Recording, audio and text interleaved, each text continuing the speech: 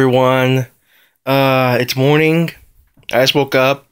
I watched SummerSlam last night with my uncle, and it was the best SummerSlam I've seen so far. Anyways, so we had the first match. We had Sheamus, the Celtic Warrior, versus the Viper, Randy Orton. Sheamus and Randy Orton put up a good fight. Randy Orton, I thought he was going to win the match, but out of nowhere, Sheamus ended up giving a bro kick to Randy Orton and winning the match. So, Aiden was happy about that because he loved Sheamus. And next was the Tag Team Championship match. It was the New Day versus the Primetime Players versus the Lucha Dragons versus the Los Matadores. Sadly, though, I was hoping the Lucha Dragons would win, but sadly, though, the New Day won the Tag Team Championships. They did Kofi Kingston tagged himself in and the ref saw it, but the other wrestlers didn't know about it, and New Day just went in, did their thing after that tag, and they just went in and interrupted the pin that the other team was gonna do, and they ended up pinning Titus O'Neil for the Tag Team Championships. People were pissed. Anyways, and another thing. Oh yes, the next match was for, I think, what was the next match? Oh, I had to look that up. Okay, so I was gonna look it up, but I just remembered that it was Dolph Ziggler versus Rusev. Even though it was a hard match, Dolph Ziggler. Well, it's hard to say. Well, I need to pause this for the know how to say. They both got counted out. I mean, Dolph Ziggler almost made it to the ring, but no, they got counted out. And the double count out, so there was no winner. Dolph Ziggler would have won if he got there faster. The next match was King Barrett versus Stardust. He always does that. Versus Adrian Neville, and with his partner Stephen King or whatever his name is. He plays the Green Arrow in a movie and a TV series, and I don't really watch. And anyways, a good match was fought between those two. Stephen Emile, I think that's what his name was. Anyways, Stephen Emile was surprisingly a good wrestler. He was very flexible, but at the end of the match, he got some kind of black bruise, like bloody and bruised badly. Looked like he had a pimple on his back, or like two pimples, and there was a scar on his back that connected to them. It was pretty funny, but damn, man, train a little harder, man, because you gotta watch out for that stuff when you're in WWE. That can happen anytime. I know how to wrestle in WWE because I've trained before. I've done a few moves that, you know, I practice pins. I practice going over the ropes. Even though we don't have ropes, but I know how tall the ropes are, though. I practice how to do slams so I don't hurt my opponent. Anyways, enough of that. Let's get back to the match. The next match, I'm pretty sure, was give me a moment to think. First off, Adrian Neville and Green Arrow won their match. Next match was Big Show versus the Awesome Man, The Miz, versus the Meat Eater, Ryback. They fought a good match.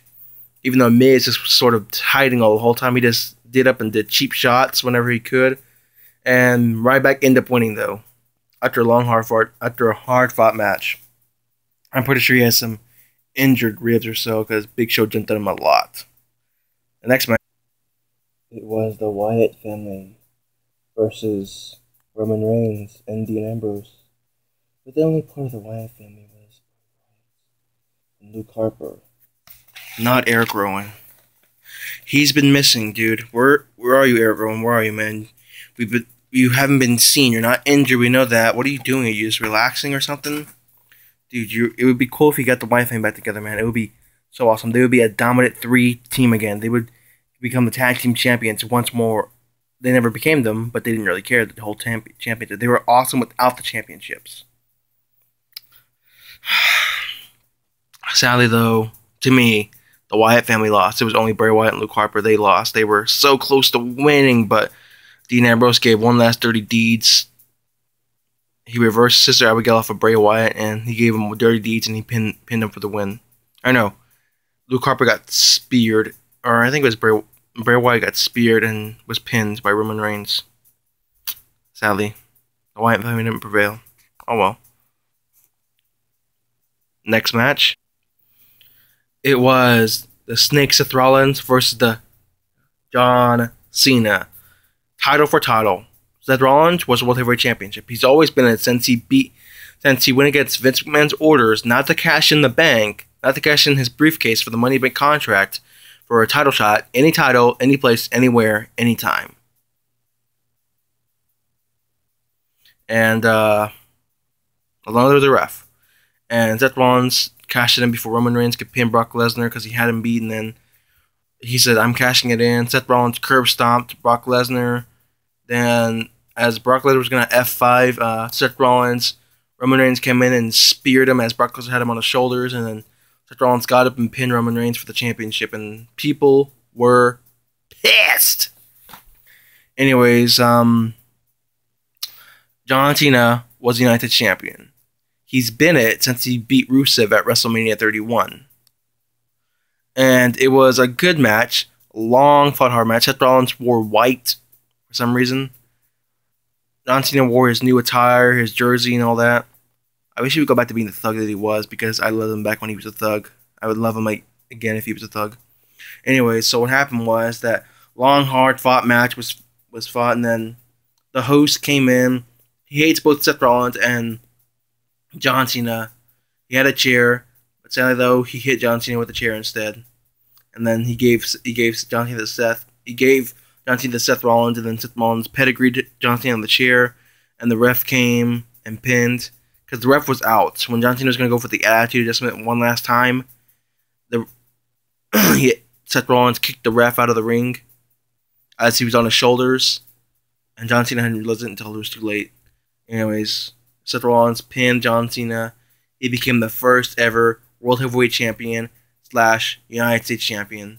Now he's gonna get, as he promised, he's gonna get a statue of himself beside the Ultimate Warrior.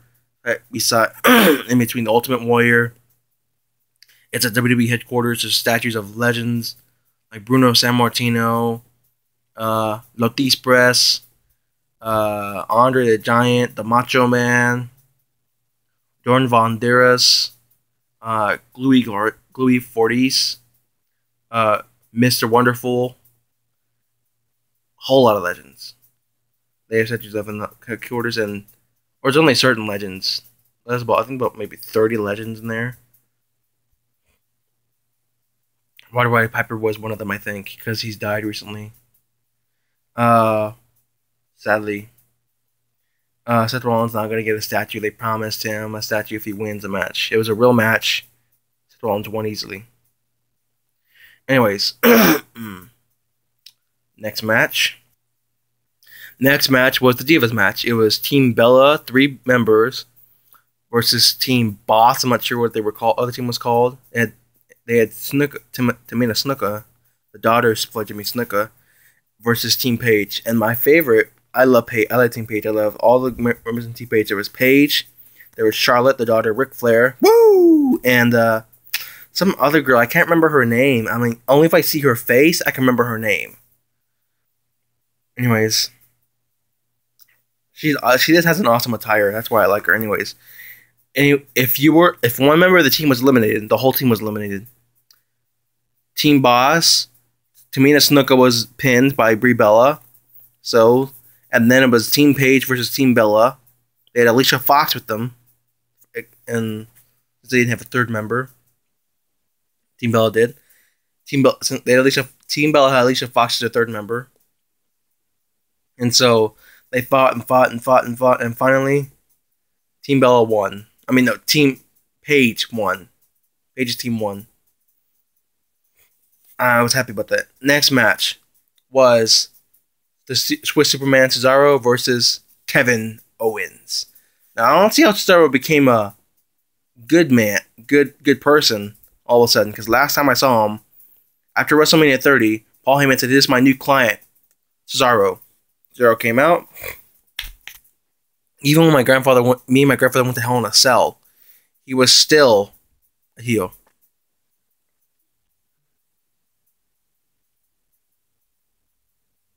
Sorry, I'm just scratching my teeth. They've been hurting for a while. Nothing to worry about though. Anyways, so one day they announced Cesaro's name, and everyone was happy. And Cesaro became a good guy. All of a sudden, I don't see why. People holding up signs saying Cesaro section and all that. Anyways, Kevin Owens. I like Kevin Owens. He won the match. Kevin Owens is about as tall as me, I think. I think about maybe 5'10". I'm probably about 5'11", 5'10". Anyways, last match, the main event, was the Beast, Brock Lesnar. I do that because Paul Heyman does that. Versus the Phenom, the Dead Man, the best pure striker in WWE, the Incomphication, the Immortality of Immortals, the Reaper, the Undertaker. He fought. They fought. It was a real match because they had the ref go and breaking up the thing when they had the tie up. You can tell it was real. Undertaker started punching Brock. Brock was already bleeding. He started punching and punching and punching. Brock started bleeding from his mouth.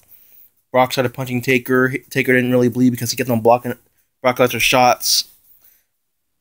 Brock Lesnar gave him 3 F5s, which ended Undertaker's streak last time, but nope. Undertaker said, "Fuck you! I'm not getting out of. I'm not. You're not gonna beat me with 3 F5s." Let me get up like that. Singling around. Anyway, so Taker was like, and so he looked just like how he did back in 2004 when he made his return after Kane buried him alive in 2002. No, I think it was 2003 maybe. Anyways, when Taker had the beard about right here, the head, he had it cut his hair a little bit back then too. He had the coat, but Taker didn't. Taker had the muscle shirt and the pants. He looked just how he looked, and I was so happy about that. Taker beat Brock Lesnar by submission, but here's the other part.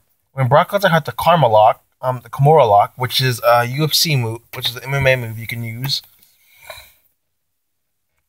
Brock Lesnar has broken Triple H, his arm with that. Shawn Michaels' arm. He's broken Mark Henry's. He's broken Big Show's, the Great Khali's. He's broken J&J Security's arm. He's broken a lot of arms with that move. As Brock Lesnar had the thing on, Taker was tapping out. The ref counted 1, but then the timekeeper thought he counted 2, and the timekeeper rang the bell. So Brock Lesnar thought he won the match, and then Undertaker, the ref got it all straightened out. He said, "No, I didn't call for the bell. I counted 1. I didn't count 3." And so they restarted the match. Taker got a low blow while the ref back was turned. Taker got Hell's Gate on Brock Lesnar again. Brock Lesnar trying to escape, and then Brock Lesnar just did this. He just did that to him, and then he passed out. Hold on. And then the ref called it. The ref called for the bell, and that was pretty awesome. The Taker won. We saw the rebirth of Undertaker. Brock Lesnar, when he got up, it was funny. At one point when they got up, Brock Lesnar was laughing how he always does, and then Undertaker sat up. Brock Lesnar was laughing. Taker mimicked him like yeah, and then started beating the shit out of Brock Lesnar. Anyways, it was a good match, good SummerSlam. I'm gonna watch Monday Night Raw if I can, because I'm leaving tomorrow for a special trip. It's gonna be a pretty long trip for me. Only I'm going, my family's staying. Anyways, like, comment, subscribe, and hit my kilogram. signing off. We assassinated that. Peace.